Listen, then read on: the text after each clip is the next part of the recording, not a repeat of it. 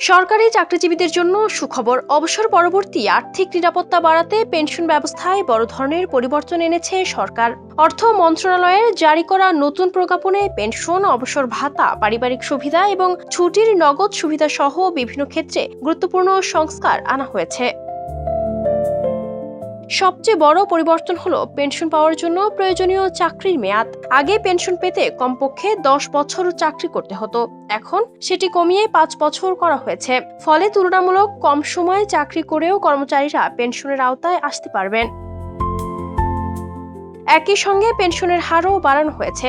আগে সর্বোচ্চ পেনশন ছিল শেষ মূল বেতনের 80%, এখন তা বাড়িয়ে 90% করা হয়েছে। অর্থাৎ দীর্ঘদিন চাকরি করা কর্মচারীরা অবসরের পর আগের চেয়ে বেশি আর্থিক সুবিধা পাবেন। চাকরির মেয়াদের উপর ভিত্তি করে ধাপে ধাপে পেনশনের নতুন হারও নির্ধারণ করা হয়েছে। বিশেষ করে চাকরিরত অবস্থায় মৃত্যু, স্থায়ী অক্ষমতা বা পদ বিলুপ্তির মতো পরিস্থিতিতেও সুবিধা পাওয়ার সুযোগ রাখা হয়েছে।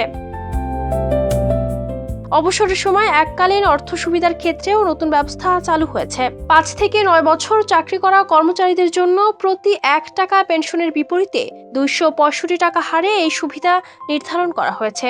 এছাড়া কোনো কর্মচারী 5 বছর পূর্ণ হওয়ার আগেই মারা গেলে বা স্থায়ীভাবে কর্মদক্ষতা হারালে তার পরিবারও আর্থিক সহায়তা পাবে। সেক্ষেত্রে চাকরির প্রতিটি পূর্ণ বছরের জন্য শেষ 3 মাসের মূল বেতনের সমপরিমাণ অর্থ এককালীন দেয়া হবে।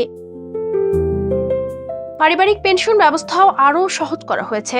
বিধবা স্ত্রীদের ক্ষেত্রে কিছু শর্ত শিথিল করা হয়েছে। পাশাপাশি কোনো নারী সরকারি কর্মচারী মারা গেলে তার স্বামীও প্রয়োজনীয় শর্ত পূরণ সাপেক্ষে পারিবারিক পেনশন পাওয়ার সুযোগ পাবেন। এছাড়া অবসরের সময় ছুটির বিপরীতে নগদ সুবিধাও বাড়ানো হয়েছে।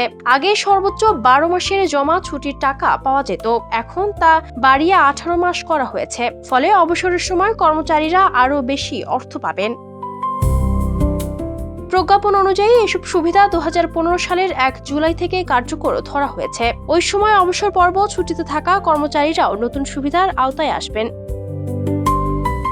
এরই মধ্যে 2026 থেকে 27 অর্থ বছরের প্রস্তাবিত বাজেট উপস্থাপনের সময় নবম পে স্কেল বাস্তবায়নের ঘোষণা দিয়েছেন অর্থ ও পরিকল্পনা মন্ত্রী আমির খসরু মাহমুদ চৌধুরী। ফলে সরকারি চাকরিজীবীদের বেতন ভাতা ও অবসর সুবিধায় আরও ইতিবাচক পরিবর্তনের প্রত্যাশা তৈরি হয়েছে। Ayesha Akter Swarna, Campus Times.